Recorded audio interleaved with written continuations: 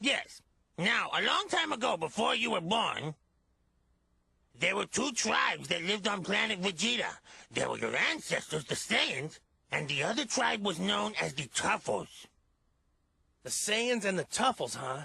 That's correct. Now, the Tuffles were a so-called advanced civilization.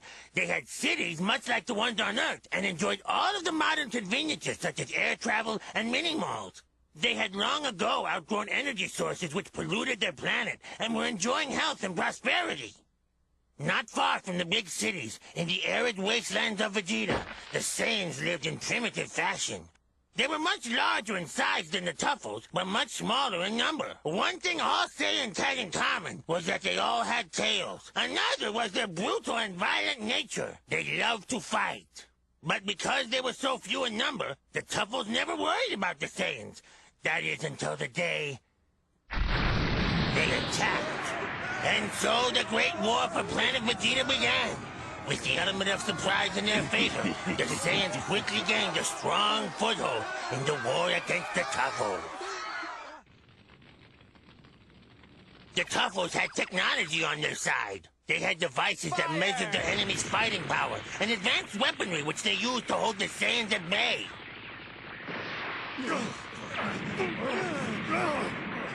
Though few in number, the Saiyan strength was so incredible that they too won their fair share of the battles.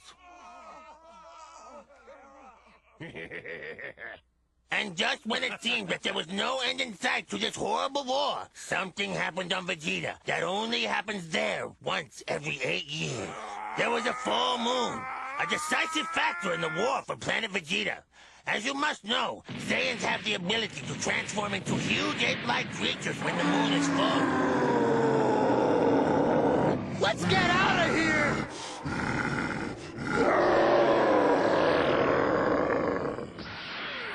It didn't take long for these monsters to destroy the Tuffles and their advanced civilization. But then a new problem began for the Saiyans. Without the technology of the Tuffles, the Saiyans couldn't travel in space. This meant they couldn't satisfy the one desire that they all shared, the desire to fight. I'm sure you've heard the joke, how many Saiyans does it take to build a rocket ship? No. It's a really good one.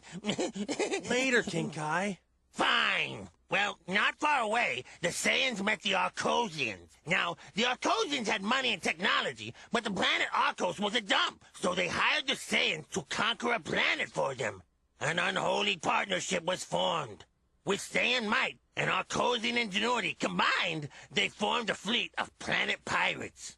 The plan that these two sinister races hatched meant that there was nothing they wouldn't do to achieve their goals. An armada of space pods was designed to travel the vast distances of the universe. They even sent babies like yourself to distant planets. The Saiyan leaders were more than happy to send specimens of their race into the great unknown. They knew that when the babies grew up, they would extinguish any and all inhabitants of the planet they landed on. I'd like to extinguish them. Well, all misdeeds gather their just rewards.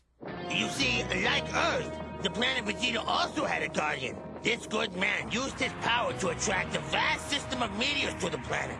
He could no longer tolerate the horrible burden of the Saiyans' dark deeds, so he brought destruction upon the planet, which was plagued by the weight of its inhabitants' evil. Planet Vegeta was demolished. It got kind of a major spanking, you could say, except with meteors. Only 4 Saiyans survived the destruction of Planet Vegeta, and you are one of them. No!